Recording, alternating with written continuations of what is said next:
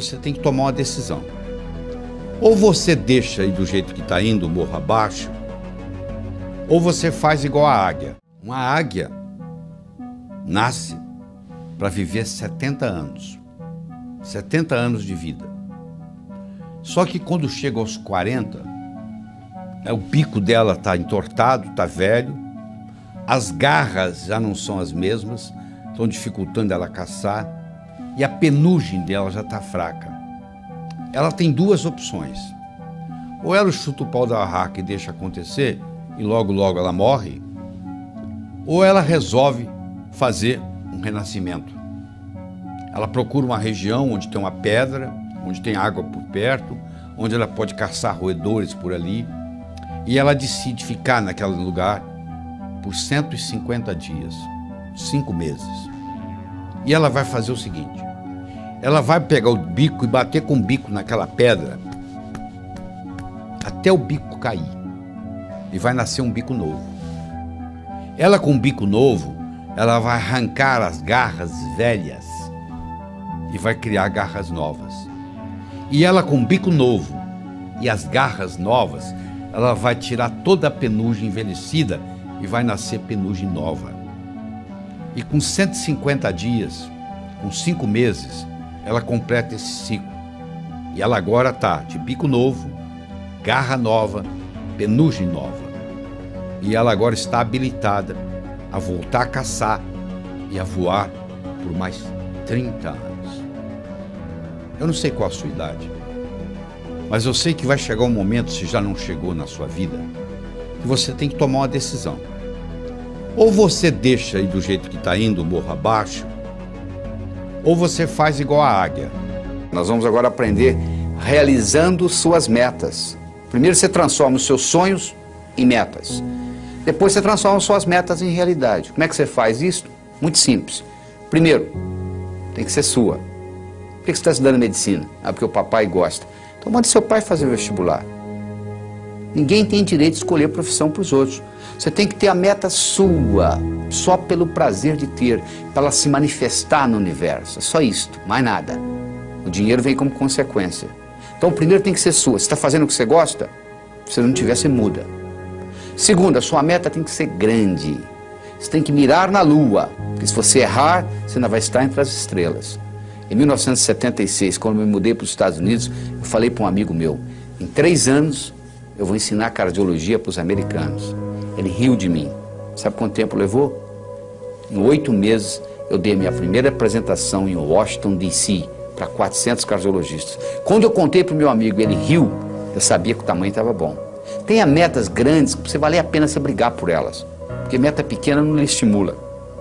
Se você mirar na lua e errar, você vai estar entre as estrelas. Tem que ser grande. Terceiro, ela tem que ser positiva. Não é o que você não quer, é o que você quer. O que você quer na vida? Eu não quero doença, eu não quero pobreza. Eu não estou perguntando o que você não quer. Eu quero saber o que você quer. Se você se concentra no que você não quer, ao invés de se concentrar no que você quer, é como se você estivesse dirigindo um carro olhando pelo retrovisor. Você sabe de onde você está vindo, você não sabe para onde você está indo. Você tem que concentrar naquilo que você quer, colocar energia. Eu não quero ser igual ao meu pai. Ser igualzinho ao seu pai, todo mundo sabe disso, menos você. Porque quando você diz eu não quero ser gordo, você pensa em gordura. Quando você diz eu não quero ser pobre, você pensa em pobreza. Você sabe que tudo é criado 2 vezes. Primeiro você cria aqui, depois você se manifesta no seu universo físico. Você tem que ter objetividade, ela tem que ser objetiva. Ela tem que ser datada, tem que ter uma data. Quando que você quer isso? Ela tem que ser específica. O cérebro trabalha ciberneticamente. Cibernética trabalha com especificidade. Você imagina um termostato no ar-condicionado de uma sala e você pergunta para mim que temperatura que eu coloco aqui. Eu falo mais ou menos. Você vai colocar o quê? Agora, se eu falar 21 graus Celsius, você vai lá e coloca. O que você quer? Eu quero dinheiro. Dinheiro você já tem no bolso. Ah, eu quero mais. Vou te dar mais $1, tá bom? Não adianta, não é só. Você tem que ser específico. Você quer quanto? Eu quero $50 mil na minha conta até o final do ano que vem. Eu não estou garantindo que você vai obtê-lo, mas eu posso lhe dizer que a chance de você obter aumentou violentamente. E todas as vezes que você quiser chegar a algum lugar, você tem que saber de onde você está saindo. Uma vez eu estava dando um curso nos Estados Unidos, o sujeito falou assim: eu quero $50 mil na minha conta até o final do ano. Eu falei: Falei, quanto você tem? Ele falou, não sei. 2 semanas depois ele me liga, você não vai acreditar. Eu somei o que eu tinha no banco, eu tenho 55 mil dólares. Ou seja, ele estava pedindo o que ele já tinha. Aliás, ele não é o único na jogada. Tem gente que diz assim, Deus, meu Deus, eu quero talento. O que você acha que é talento, meu? Você acha que o pianista, ele sentou no piano e tocou? Ele praticou anos e anos e anos e anos para chegar lá. É verdade? Você acha que essa eloquência que eu tenho aqui conversando com você diretamente, isso apareceu da noite para o dia? Eu dou aula desde os 12 anos de idade. Então, essa história de talento tem muito a ver com a prática. Quanto mais você pratica, mais sortudo você fica. A sua meta tem que ser específica. Ela tem que ser datada. Você tem que saber de onde você está saindo. Qualquer lugar que você quiser, você liga para mim e diz assim, como é que eu chego aí? Eu pergunto de onde você está. Onde você está? Ah, não sei. Então eu não posso lhe ajudar. Você precisa ir a qualquer lugar, você tem que saber de onde você está saindo. Quais são as suas qualidades. Põe uma meta que seja significativa. Ela tem que ter uma importância para você e para os outros. Não é uma coisa que só você vai se beneficiar. Se só você se beneficiar, ela não é ecológica. Às vezes ela não é ecológica nem para você. Ecológica, a meta sendo ecológica é importante. Eu não posso divulgar o meu trabalho pelo mundo todo e ao mesmo tempo passar 5 dias da semana com os meus filhos, com a minha família. Se eu quiser fazer a mesma coisa, simultaneamente, divulgar o meu trabalho e passar 5 dias com a minha família por semana, uma dessas duas não é ecológica, porque uma vai brigar com a outra. Porque eu estou querendo criar 2 metas praticamente antagônicas. Eu não posso viajar pelo mundo todo, pelo Brasil todo, e ao mesmo tempo ficar 5 dias com a minha família por semana. Então você tem que ver que uma meta não pode ir contra a outra. A sua meta, ela tem que ser relembrada com frequência. Não é você chegar no dia 31 de dezembro e escrever o que você quer para o ano seguinte, você tem que estar constantemente olhando o que eu quero, às vezes muda. Às vezes você perde o interesse, às vezes uma meta que você tinha, você fala, não quero mais. Eu tinha vontade de ter essa meta, hoje eu não quero mais. Porque às vezes você trabalha anos por uma meta que você queria e você esqueceu que não quer mais. E quando termina, e aí? E agora? Ah, eu não quero isso mais. Você podia ter decidido isso muito tempo atrás, porque os seus valores mudam, os seus interesses mudam. Quando eu tinha 20 anos de idade, eu era capaz de viajar 10, 20, 30 horas para pular carnaval. Hoje eu quero distância de carnaval. Ou seja, os meus interesses mudaram, os seus também. Avalie aquilo que mudou e não fique batalhando naquilo que você realmente às vezes não quer mais. Você tem também de fazer aquela divisão. Todas essas metas com essas características e divididas, aí sim vai ter um impacto diferente na sua vida. E você tem que fazer a meta, não é o que você quer em 1 ano, 2, 5, 10, não. É o contrário. É o que você quer em 10 anos, o que você quer em 5, é de lá para cá, ou seja, do futuro para o presente. Onde que eu quero estar daqui 10 anos? Para eu estar lá daqui 10 anos, onde que eu tenho que estar daqui 5? Para estar lá daqui 5, onde que eu tenho que estar daqui 1? Para estar lá daqui 1, onde que eu tenho que estar e assim por diante. Aí você descobre o que você vai ter que fazer amanhã de manhã, mas olhando lá na frente, nos 10 anos. Parece uma coisa simples, mas faz uma diferença enorme. Você primeiro olhar lá nos 10 anos e trazer de lá para cá, do que daqui para lá. Então, com essas características que eu acabei de lhe apresentar, eu acho que você deve escutar, assistir esse vídeo várias vezes seguidas para saber as características da meta ser grande, ser sua, ser positiva, ser objetiva, ser datada, ser específica, ser significativa, ser ecológica, ser relembrada e ser comensurável. Uma coisa tem que ser medido. O que você quer? Eu quero mais felicidade. O que você quer? 20% mais feliz esse ano do que ano passado? Pode medir felicidade. Felicidade não é meta. Felicidade é estado de espírito. Fica feliz agora. O que está te segurando? Meta é uma coisa que você tem que estar num ponto e tem que chegar no outro. Existem etapas. Felicidade você não precisa de etapas. Você pode ficar feliz agora. Então meta é coisa comensurável. Você pode medir. Eu quero isso, eu quero aquilo, eu quero tanto no banco. E isso tudo tem que ser relembrado com frequência. No momento que você começa a trabalhar com tudo isto, e eu criei um mnemônico chamado Pode-se Crer, que ajuda você a relembrar todos esses tópicos que nós acabamos de discutir. Quando você começa a trabalhar com isto, e na hora que você escreve a sua meta, você leva em consideração todos esses pontos, o que vai acontecer é que as suas metas vão se manifestar numa velocidade enorme. Você quer um carro? Tá bom. Que marca? Que cor? Como que é o painel? Como que é o estufamento? e etc. No momento que você começa com mais detalhes, no processo cibernético, isso se manifesta de uma forma diferente. O bolo do sucesso, onde eu escolhi 6 ingredientes. O primeiro é você ter uma boa autoestima. O número 1 é você. Primeiro você cuida de você. Você já viu no avião? Lá vem a aeromoça lá e fala assim, ó, se por um acaso cair a concentração de oxigênio na cabine, vai cair uma máscara. Se você está com a criança, você faz o seguinte, você primeiro põe em você, para depois cuidar da criança. Ou seja, let me be a better me for me, and I'll be a better me for you. Deixa eu ser uma pessoa melhor para mim, eu serei uma pessoa melhor para você. Você entendeu? O termômetro mede a temperatura da sala. Eu chego aqui, está 21 graus Celsius. É a temperatura da sala.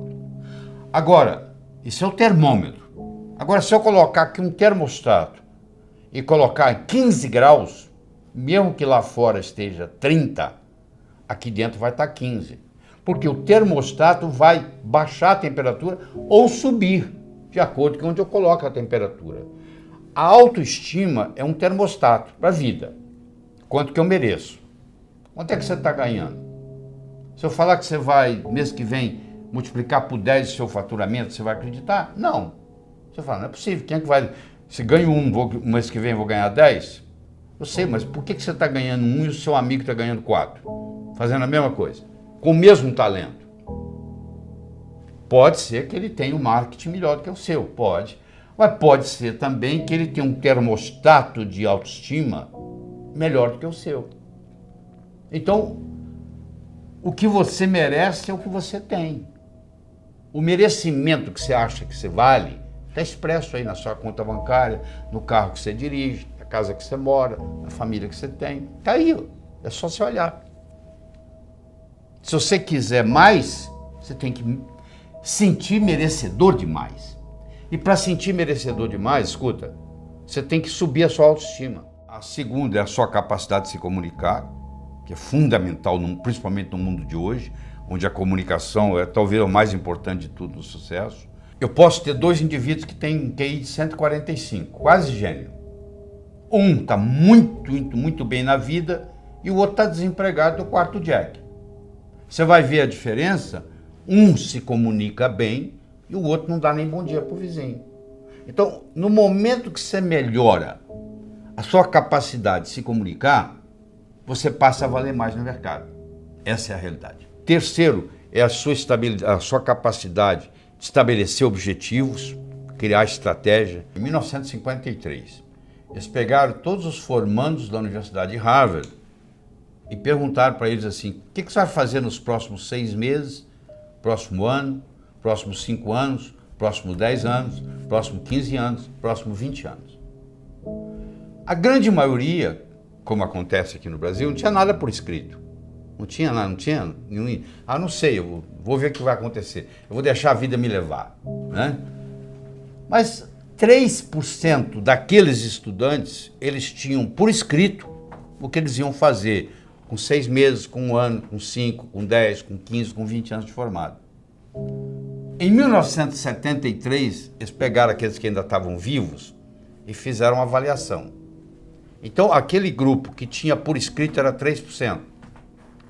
Valia mais do que os 97% junto em todos os aspectos. Então, eles viram se a inteligência era diferente? Não. O background familiar era diferente? Não. Tudo era igual. As notas que tirava na escola, a única diferença que fazia diferença é que eles tinham por escrito. Então, por isso que a empresa multinacional, ela pega os objetivos do ano que vem e coloca até setembro por escrito. Tem que estar ali no papel. Aquilo tem que ser recordado com frequência.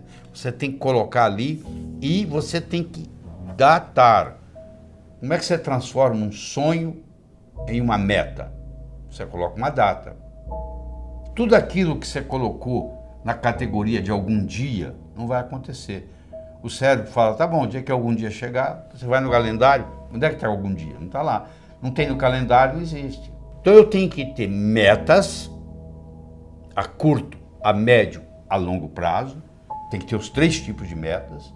Eu tenho que ter elas por escrito. E eu tenho que descobrir qual é a finalidade de vida que está por trás dessas metas. Porque a finalidade de vida, ela te valoriza a sua meta. Vou dar um exemplo. Você imagina uma bolinha que eu jogo para você, você joga para mim, eu jogo para você, você joga para mim, eu jogo para você, você joga para mim. Começou a ficar cansativo, né? Mas se eu chamasse de tênis, mudou, né? Milhões de dólares por trás. Enquanto era uma bolinha para lá e para cá, você não estava dando valor. Na hora que eu falei tênis, mudou. É assim, uma meta que talvez não tenha importância, mas se ela está encaixada dentro da minha finalidade de vida, ela valoriza. E eu vou estar disposto a ter mais esforço para que ela aconteça. A sua atitude determina a sua altitude na vida, a sua dedicação ao trabalho e a sua ambição saudável. Então são 6 elementos, ó. A boa autoestima, boa comunicação, saber estabelecer metas, ter uma atitude positiva, dedicação ao trabalho de uma forma inteligente e hoje melhor do que ontem, amanhã melhor do que hoje. O japonês chama de Kaizen, que é melhora contínua. A palavra Kaizen, no Japão, 1945, Hiroshima, Nagasaki, 40% do Japão destruído.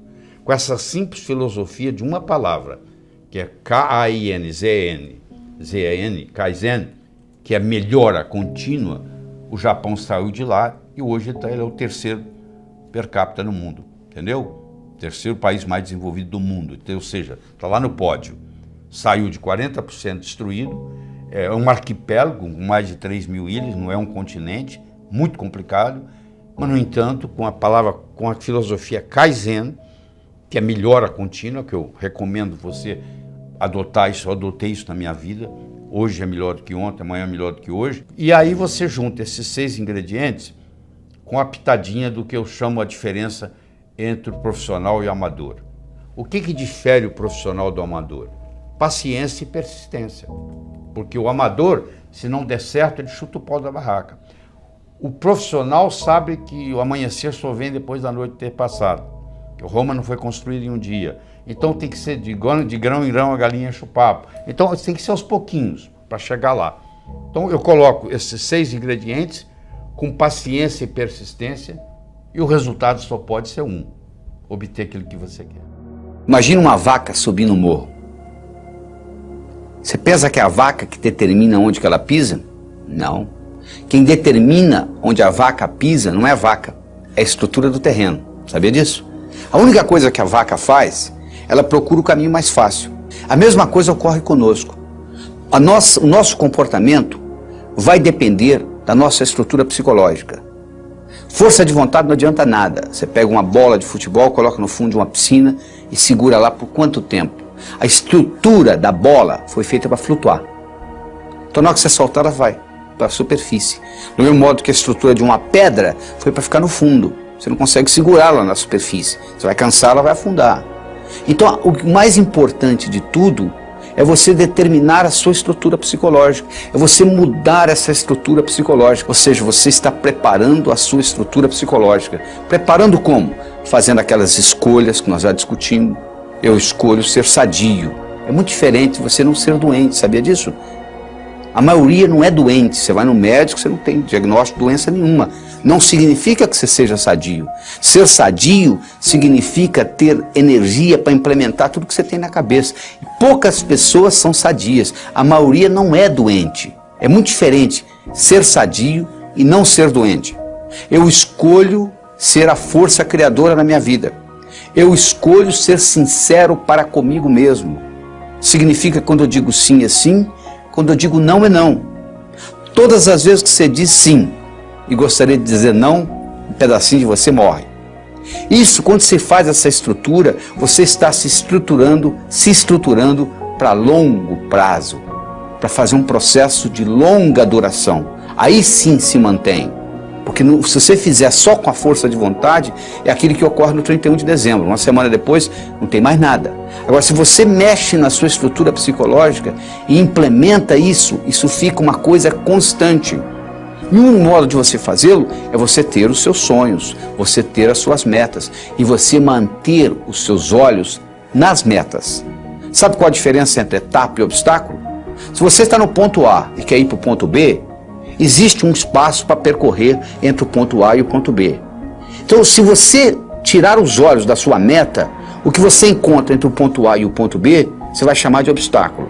Se você mantiver os olhos na sua meta, o que você encontra entre ponto A e ponto B, você vai chamar de etapa. A diferença entre etapa e obstáculo é onde você está com os olhos. Então manter os seus olhos a longo prazo é muito importante, porque se você só tem metas curtas, o seu chefe briga com você amanhã de manhã e estragou seu dia. Agora, se você está interessado daqui 5 anos, daqui 10 anos, daqui 20 anos, o seu chefe brigar com você amanhã de manhã não vai fazer diferença nenhuma, porque você está preocupado lá na frente. É muito importante você ter essa visão a longo prazo e manter o seu olho na meta, que com isso o que era obstáculo vira etapa. Mas ao mesmo tempo, você tem que saber dividir as suas metas. Porque se eu te der um salame para você comer, sem cortá-lo, você provavelmente não vai gostar, mesmo que você goste de salame.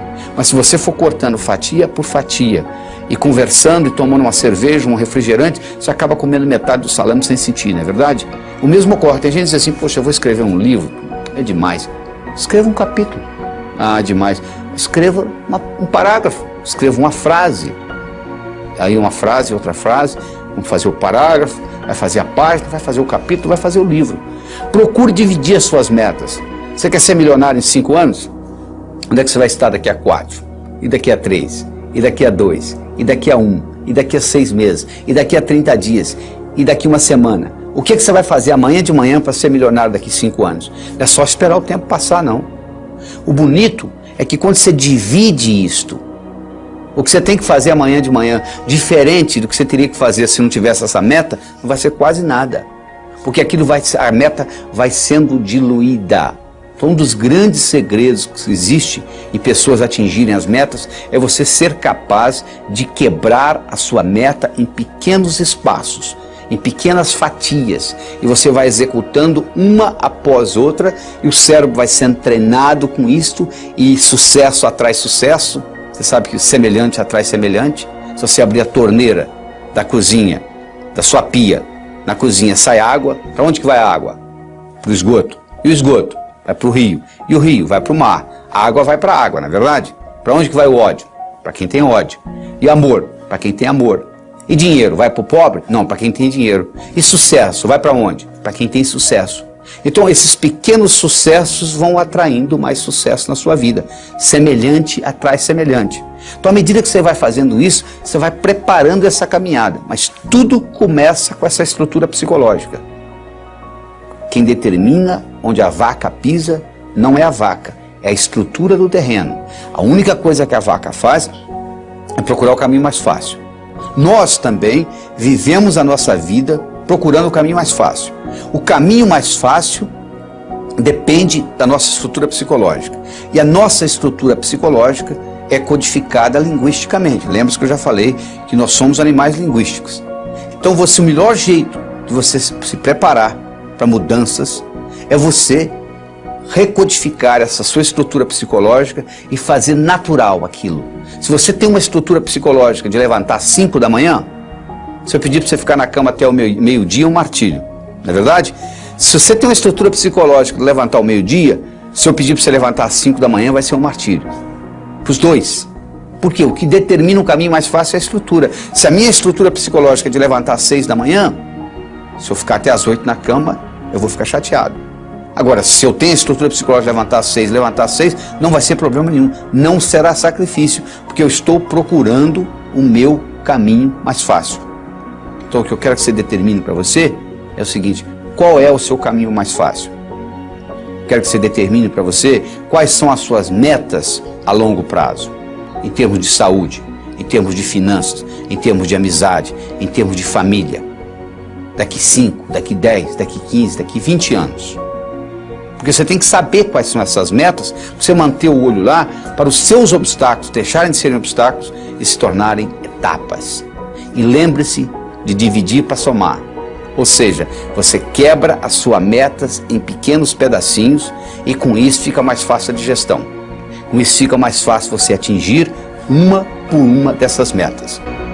É a história do Coronel Sanders. Sanders tinha um apelido de coronel.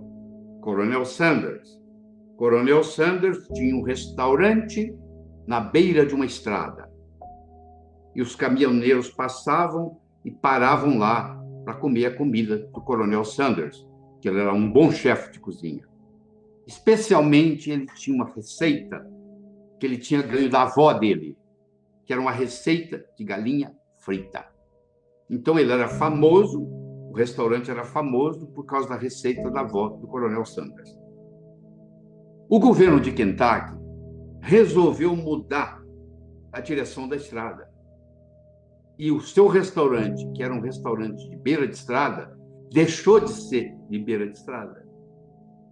E ele, com 65 anos de idade, ele resolveu, não tinha cliente, ninguém ia sair da rota para ir lá visitar o restaurante dele.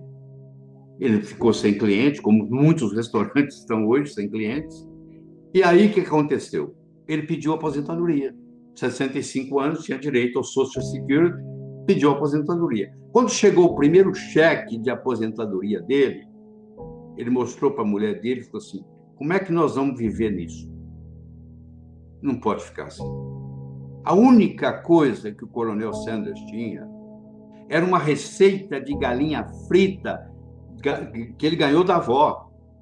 Ele pegou aquela receita de galinha frita, ele visitou 21 restaurantes. Olha, eu tenho essa receita, eu tinha um restaurante na beira da estrada, ele deixou de ser na beira da estrada, entendeu? Eu quebrei, eu tive que me aposentar. Você não quer? Eu posso fazer aqui, a gente pode fazer uma parceria. Ninguém se interessou. Até que, finalmente, a persistência dele, o universo conspira a favor, chegou a hora. Ele chegou num deles e o indivíduo gostou da ideia. E falou assim: podemos fazer uma parceria. E a parceria começou. E aí foi fundado o Kentucky Fried Chicken. O Kentucky Fried Chicken, hoje, tem mais de 25 mil lojas. O Kentucky Fried Chicken domina o mercado de frango no Japão. E os importadores de frango do Brasil para o Japão, que o Japão é o maior importador de frango do Brasil, eles vendem principalmente para o Kentucky Fried Chicken. Então, o Coronel Sanders indiretamente está ajudando o Brasil. Agora eu lhe pergunto, um cara com 65 anos de idade, com um cheque de aposentadoria do Social Security, a única coisa que ele tinha com ele era uma receita de galinha frita. E ele consegue mudar o mercado de frango no mundo. Você está esperando o quê? Era uma vez, numa pequena ilha da Grécia, havia um sábio famosíssimo. Famoso porque, até aquele dia, todas as perguntas feitas a ele soube responder. E a fama dele transcendeu a Grécia. Vinha gente de longe. Mas um dia, um adolescente, conversando com um amigo dele, adolescente, disse: eu acho que eu sei como é que eu vou enganar esse sábio. Eu vou pegar um pequeno passarinho, vou esconder nas minhas mãos, vou levar para ele e vou perguntar se está vivo ou morto. Se ele falar vivo, eu vou espremer e deixar cair morto nos pés dele. Se ele falar morto, eu vou abrir a mão, vou deixar o passarinho voar. Não interessa o que ele responder, dessa vez ele vai errar. Mas você imagina, o adolescente pegou o pequeno passarinho, colocou nas mãos, foi até o sábio, olhou para o sábio no olho e disse assim: sábio, diga-me, o passarinho nas minhas mãos está vivo ou morto? O sábio olhou para ele e disse: meu jovem, a resposta está nas suas mãos. Você que está aí, eu quero que você saiba que o seu sucesso, tanto pessoal quanto profissional, esteve, está e sempre estará nas suas mãos. Você não faz um bolo só com farinha, nem só com manteiga, nem só com ovos. Você precisa de vários ingredientes. O bolo da vida necessita vários ingredientes. E um desses ingredientes é o diálogo. Um desses ingredientes é a capacidade de se comunicar. Ele não é o único, mas ele é fundamental. A comunicação tem 3 níveis. O primeiro nível eu chamo de boca-ouvido. O segundo nível eu chamo de cérebro-cérebro. O terceiro nível eu chamo de coração-coração. Vamos começar com o primeiro nível. Boca-ouvido. Deixe-me primeiro fazer uma distinção para você. Ouvir e escutar não são sinônimos. Você ouve com o ouvido, você escuta com o cérebro. Você já foi alguma vez num restaurante e pediu ao garçom para lhe trazer uma água com gás e ele lhe trouxe uma água sem gás? Ou você fez uma solicitação e ele lhe trouxe outra? Aquele garçom, naquele momento que ele recebeu o seu pedido, ele estava operando no nível 1. No nível 1 ninguém é promovido. No nível 1 você não conquista as pessoas. No nível 1 você não vai para frente na vida. Não interessa a nota que você tirou na escola, isso não faz diferença. Porque a escola lhe passa informação. A vida lhe exige competência de ação. O que cai na prova não cai na vida. Se você observar na sua cidade, você vai encontrar indivíduos que eram CDFs, que eram estudantes brilhantes, e hoje são pessoas que estão perdidas na vida. E você vai encontrar também pessoas que eram estudantes medíocres, e hoje são excelentes empresários, estão contribuindo para o bem-estar da comunidade. Por que isso? Porque esses segundos, eles sabem dialogar com o mundo, eles sabem dialogar com a sociedade, eles aprenderam, talvez até intuitivamente, o poder da comunicação. Então, se você me permite, eu vou começar a trabalhar nesse modelo do nível 1, boca-ouvido, nível 2, cérebro-cérebro, nível 3, coração-coração. Quando você está operando no diálogo nível 1, não acontece nada. É o pai que está dando um sermão para o filho. E entra num ouvido e sai no outro. E o pai não percebe que ele vem falando isso há 5 anos e não funcionou nada. Pelo contrário, o filho até ficou rebelde de escutar o pai falar aquilo. E o pai não se dá conta que aquilo não é diálogo, que é um monólogo que ele está falando para o vento. Porque está entrando no ouvido e saindo no outro. Eu só posso me comunicar com vocês se nós fizermos uma conversa que interesse vocês. Não tem outro jeito. No diálogo, na comunicação, nós temos que modificar um pouquinho aquela frase que você conhece. A frase é assim: faça aos outros o que você gostaria que fosse feito a você.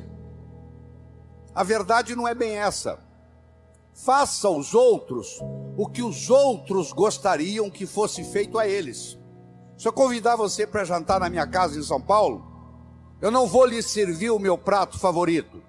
Pode ser que você nem coma. Eu vou perguntar o que você gosta. Se eu quero agradar alguém num processo de diálogo, eu tenho que ver o que a outra pessoa quer ouvir. Eu vou começar por ali, e não o que eu quero passar. Quero que você entenda isso. Faça aos outros o que os outros gostariam que fosse feito a eles. Eu quero mostrar o meu ponto de vista para você, mas eu não me preocupo como que você vai receber esse ponto de vista. Aí sabe o que acontece? A natureza colocou um ouvido no mesmo nível do outro. Entra num ouvido e sai no outro. Aí não deixa de ser diálogo, passa a ser monólogo, porque não tem repercussão. Para esse diálogo se ocorrer, primeiro eu tenho que ter uma mensagem forte. Você só vai continuar me escutando se você estiver gostando da mensagem. Eu tenho que ter algo para poder passar para você. Essa é a mensagem. Segundo, nós temos que conversar de uma forma metafórica. Quando eu lhe conto uma história, você não pode dizer que você não concorda com ela. Eu estou lhe contando uma história. E dentro da história, eu coloco a ideia que eu quero passar para você. Era uma vez um navio de alta prioridade, porque carregava ouro. E de repente o motor desse navio enguiçou. E o dono do navio disse: para. Traga aqui o melhor mecânico da região. Eles trouxeram. Ele trabalhou um dia inteiro, não conseguiu consertar o motor. Ele disse: para. Traga aqui o melhor engenheiro mecânico do país mais próximo. Eles trouxeram. Ele trabalhou 2 dias, não conseguiu consertar o navio. Ele disse: para. Traga aqui de onde estiver, de helicóptero, quem montou essa máquina desse navio. E eles procuraram, encontraram e trouxeram ele e um assistente. E eles desceram no navio de helicóptero, foram até a casa de máquinas, escutaram o barulho da tubulação, tocaram nos tubos, e tinha uma válvulazinha vermelha num canto. E ele perguntou para o assistente dele: você tem um martelo? Tem, me empresta. Ele foi lá e pim, ligue. Eles ligaram, tudo funcionou às mil maravilhas. Os 3 indivíduos que trabalharam, o primeiro que trabalhou um dia, o segundo que trabalhou 2 dias, e esse que deu a martelada na válvula, mandaram as suas respectivas contas. Quem trabalhou um dia mandou uma conta de $100. Quem trabalhou 2 dias mandou uma conta de $400, $200 por dia, porque ele havia trabalhado 2 dias e ele era mais sofisticado do que o outro. E quem deu a martelada mandou uma conta de $10.000. O dono do navio falou: eu vou pagar, porque ele consertou o meu navio, mas eu só pago com uma condição: que ele mostre como é que ele chegou à conclusão de me cobrar $10.000. E ele mandou um bilhete para o dono do navio: para dar a martelada, $1.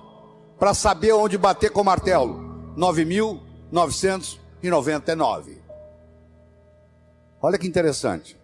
Você imagine que nós estamos almoçando e eu conto essa história para você. Aí nós estamos num diálogo, almoçando. Aí você vai para o seu escritório comigo e você está pensando em me contratar para ser seu consultor na sua empresa. E você pergunta assim: doutor Lair, qual é a sua remuneração? E eu falo um preço elevado.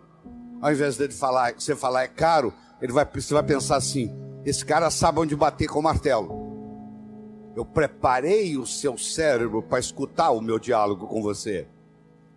Através de quê? Através de uma história, através de uma metáfora.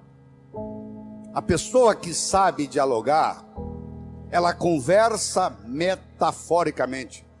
O político que ganha a eleição é um contador de histórias. O padre que faz o sermão que agrada a todos é um contador de história. Porque quando você está contando uma história, a mente crítica baixa. Você conta a história e leva o que você quer levar junto da mensagem. E a mensagem entra na estrutura psicológica. Terceira coisa importante no diálogo é uma linguagem apropriada. Você já foi a um médico e o médico começa a usar aquela terminologia médica que só ele entende. E aí você volta e a sua família te pergunta: e aí, o que você tem? O que o médico falou? Ah, não entendi o que o médico falou. Esse médico não tem nada de inteligente. Ele tem que conversar numa linguagem que o paciente entenda. A própria Bíblia tem uma citação dizendo que se você não falar a linguagem de quem está lhe escutando, você está falando aos ares. E outra coisa importante é a percepção. Uma coisa é o que você está passando, a outra coisa é que o outro está captando. Ah, você é um vendedor? Sou. Você é um bom vendedor? Ótimo vendedor. E aí, você tem vendido bem? Não, tem vendido muito mal. Então você não é um bom vendedor.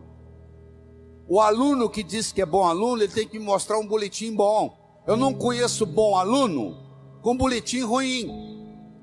O mínimo que você tem que me mostrar como bom aluno são boas notas no boletim. Isso lhe caracteriza como bom aluno.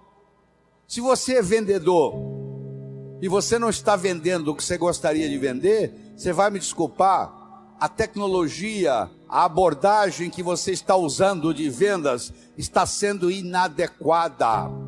talvez a sua linguagem não está sendo apropriada, talvez a sua mensagem não está sendo forte o bastante, talvez você não esteja fazendo uso dos recursos da metáfora, das histórias. Semana passada teve um cliente aqui e eu falei para ele o seguinte: aí você pode falar o que você quiser. Você está falando, você está contando para esse cliente que está na sua frente o que você fez com o cliente da semana passada, o que você falou para ele. Mas na realidade você está falando para esse escutar, mas você usou o artifício metafórico de que você está falando para o outro. E quando você trabalha esse fenômeno do diálogo desse jeito, quando você termina, a pessoa se sente convidada a participar das suas ideias. Ela se sente, o filho, quando um pai sabe ter um diálogo com ele, quando termina o diálogo, o filho se sente convidado a experimentar o que o pai está falando para ver se dá certo. É um convite que ele recebe. Era uma vez um escritor que vivia à beira-mar. Ele tinha por costume caminhar na praia e à tarde e à noite ele escrevia. Uma manhã ele estava caminhando na praia e de longe ele avistou um jovem que dançava na areia. Aquilo despertou a curiosidade dele, ele se aproximou. Quando ele se aproximou, ele viu que o jovem não estava dançando. O jovem estava jogando coisas no oceano. Ele perguntou para o jovem: jovem, o que você está fazendo? O jovem respondeu: o sol está quente, a maré está baixa, essas estrelas do mar estão morrendo desidratadas aqui, eu estou jogando-as de volta ao oceano. Aí o escritor olhou para o jovem e disse: jovem, será que você não entende? Existem centenas e centenas e centenas de quilômetros de praia, centenas de milhares de estrelas do mar na areia. Você jogar uma ou outra de volta no oceano, no total não vai fazer diferença nenhuma. O jovem pegou uma estrela do mar, jogou no oceano, olhou para o escritor e disse: para essa eu fiz diferença. O escritor foi para casa. Naquela tarde ele não conseguiu escrever.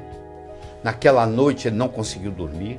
Na manhã seguinte ele levantou-se, juntou o jovem e os dois juntos começaram a jogar estrelas do mar de volta ao oceano. Eu estou conversando com vocês quase 30 minutos.